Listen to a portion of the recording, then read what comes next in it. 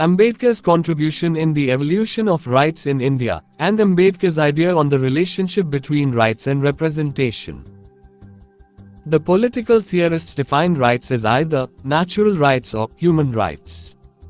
The idea of natural right is based on the assumption that the nature has given certain rights like life, liberty and private property John Locke to all human beings, and all such rights are governed by the law of nature. Natural rights are supposed to be universally applicable and hence cannot be infringed by the state, society or individual.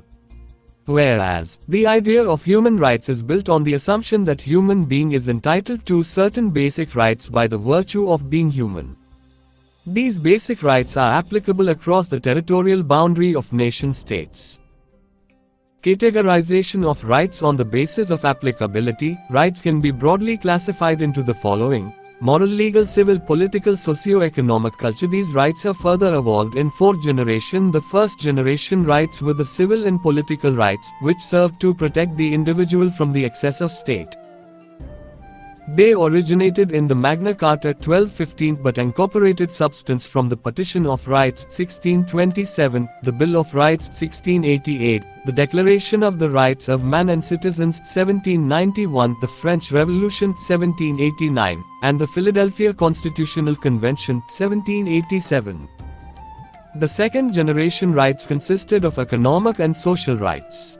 They were ushered in by the Russian Revolution 1917. Derived from the Soviet Bill of Rights and inspired by the Bolshevik slogan of "Bread, Land and All Power to the Soviets," the second generation rights also laid the foundation of conflict with the first generation rights because it accorded precedence to economic and social rights over civil and political rights. Gurjar, Kumar 2015. The third generation rights consisted of right of self-determination of nations. The First World War introduced the doctrine of self-determination in the arena of international relations. However, anti-colonial struggles imported this doctrine and laid down the foundation of the third generation rights. The implicit concern of these rights was decolonization and freedom from imperialism. The new social movements added more teeth in these rights by bringing concerns like racial discrimination, hunger, disease and malnourishment. The fourth generation rights are taking shape in the post-Cold War period. Intergenerational right is central concern of these rights. These rights include issue of inclusive and sustainable development, ecology and environment, gender justice, minority rights, rights of refugees and displaced persons. The last three generations of rights were added only in the 20th century. The reason behind this addition was the churnings caused by the world wars, communist revolutions, the Great Depression, anti-colonial struggle, and new social movements. The natural rights discourse was unable to respond to the challenges caused by such churnings. As a result of which, a paradigm shift happened in the discourse of rights, and the discourse moved away from natural rights to human rights. The United Nations Universal Declaration of Human Rights 1948 made a formal announcement about this shift. Modern democracies have been evolving through continuous incorporation of these rights, and this process is still going on. But this incorporation has made rights indispensable to modern democracy. India has incorporated these rights in the Constitution under the sections of the Fundamental Rights and Directive Principles of States Policy. B. R. Ambedkar played a seminal role in the incorporation of these rights, which has led to the March of Rights on the Indian soil.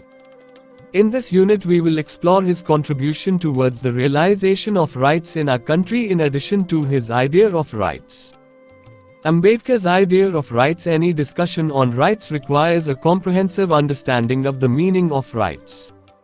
The classical analysis of Wesley Hofeld 1919 defines rights in four different forms of entitlement: claim, liberty, power, and immunity. There have been numerous attempts to capture the features unifying all these four forms of rights, but according to Peter Jones, all such attempts have not only failed but have also produced two rival schools of thought, namely, benefit theory and choice theory. The benefit theory claims that having a right is essentially a matter of enjoying a benefit or of having something addressed to one's interest. The choice theory claims that having a right is essentially a matter of having a choice or maximizing choice.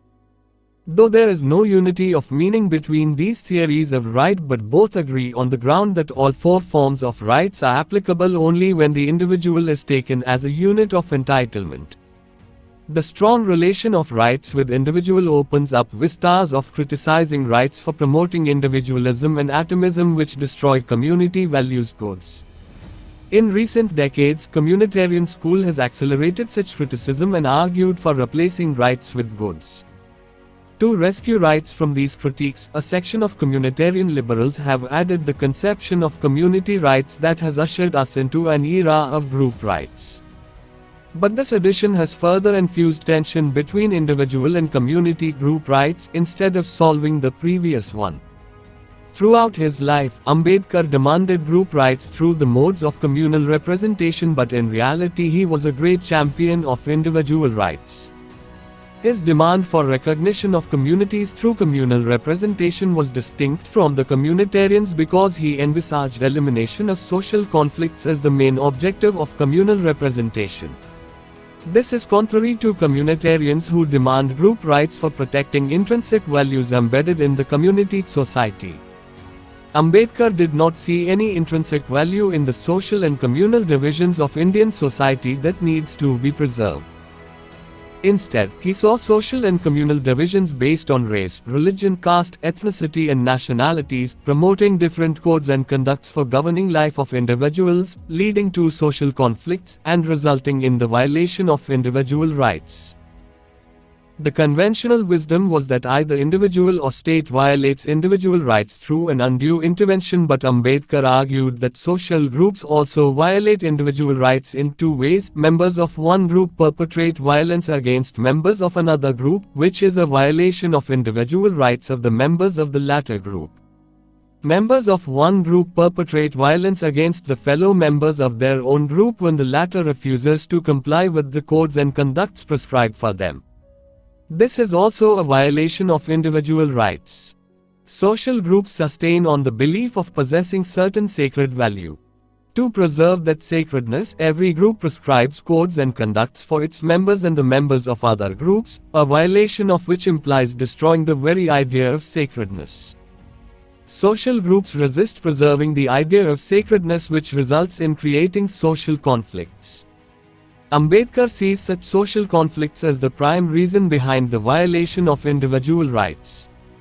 The incubation of this idea can be traced back to his evidence before the Southborough Committee, in which he argues, men live in a community by virtue of the things they have in common. What they must have in common in order to form a community are aims, beliefs, aspirations, knowledge, a common understanding, or to use the language of the sociologists, they must be like-minded. But how do they become like-minded? Certainly not by sharing with another as one would do in the case of a piece of cake. To be like-minded with others is to be in communication with them or to participate in their activity. Persons do not become like-minded by merely living in physical proximity, any more than they cease to be like-minded by being distant from each other. Participation in a group is the only way of being like-minded with the group. Each group tends to create its own distinctive type of like-mindedness, but where there are more groups than one to be brought into political union, there would be conflict among the differently like-minded. And so long as the groups remain isolated, the conflict is bound to continue and prevent the harmony of action. It is the isolation of the groups that is the chief evil. Ambedkar 2005. Social conflicts promote tyranny of society. Therefore, buying argument from Edmund Burke, Ambedkar adds society as the third enemy of rights, in addition to the state and the individual. He argues that rights must be in conformity with the society, since society is the real custodian of rights instead of political institutions. To cite him again, rights are protected not by law but by the social and moral conscience of society. If social conscience is such that it is prepared to recognize the rights which law chooses to enact, rights will be safe and secure. But if the fundamental rights are opposed by the community, no law, no parliament, no judiciary can guarantee them in the real sense of the word. Law can punish a single solitary recalcitrant criminal. It can never operate against a whole body of people who are determined to defy it. A democratic form of government presupposes a democratic form of society. The formal framework of democracy is of no value and would indeed be a misfit if there was no social democracy. The political never realized that democracy was not a form of government, it was essentially a form of society. It may not be necessary for a democratic society to be marked by unity, by community of purpose, by loyalty to public ends and by mutuality of sympathy. But it does unmistakably involve two things. The first is an attitude of mind, an attitude of respect and equality towards their fellows. The second is a social organization free from rigid social barriers. Ambedkar 2005. Nowadays, we are aware that rights are indispensable to modern democracy. But what does modern democracy really connote? Is it merely political, social or economic as well? Democracy with rights in political spheres but devoid of those rights in economic and social spheres remains in continuous churnings and hence cannot sustain for a long period. And if political democracy does not exist, rights too would cease to exist. This unfortunate situation will arrive if political democracy is not transformed into social democracy. In his historic speech in the Constituent Assembly on the 25th of November 1949, Ambedkar reiterated, "We must make our political democracy a social democracy as well." Political democracy cannot last unless there lies at the base of it social democracy. What does social democracy mean? It means a way of life which recognizes liberty, equality and fraternity as the principle of life. On the 26th of January 1950, we are going to enter into a life of contradictions. In politics we will have equality, in social and economic life we will have inequality. We must remove this contradiction at earliest moment, or else those who suffer from inequality will blow up the structure of political democracy which this assembly has so laboriously built up. Ambedkar 2005. From the above speech, we can infer that Ambedkar saw social democracy as the groundwork for sustaining rights. And for establishing social democracy, he seems not only to be advocating for strong intervention of state in society but also for restructuring society per se on the principles of equality, liberty and fraternity. In this way, he argued for reconstruction of the whole society by eliminating inter- and intra-group domination through the instruments of adult franchise and communal representation. He argues that where the groups allowed endosmosis, the evils of social conflict cease to exist there. The endosmosis among the groups makes possible a resocialization of already socialized attitudes. In place of the old, new like-mindedness is created, which is representative of the interests, aims, and aspirations of all the various groups concerned. Like-mindedness is essential for a harmonious life, social or political, and as has just been shown, it depends upon the extent of communication, participation or endosmosis. Ambedkar 2005. The resonance of restricting Indian society, so that violation of individual rights could be arrested, can be seen in all his manuscripts including the seminal one, Annihilation of Caste.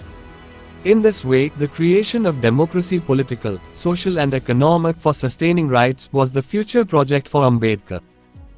Ambedkar's contribution to the March of Rights on the Indian soil. In the March of Rights on the Indian soil, Ambedkar's contribution can be seen in three distinct phases of his life: social reformer, statesman and religious renouncer. Social reformer. Though there is heavy overlap between these three phases, his role as a social reformer can be traced from the point when he was not a direct part of state institutions. This phase begins with his engagement with the Southborough Committee when he asked for equality of opportunity for the ex-untouchables in power sharing. As power is a form of rights, Ambedkar demanded for power sharing through communal representation and variation in criterion for franchise. While asking for power-sharing rights, he argued for applying the self-determination doctrine at the societal level. Self-determination, Ambedkar says, a principle which enunciates the rule that every people must be free to determine the conditions under which it is to live.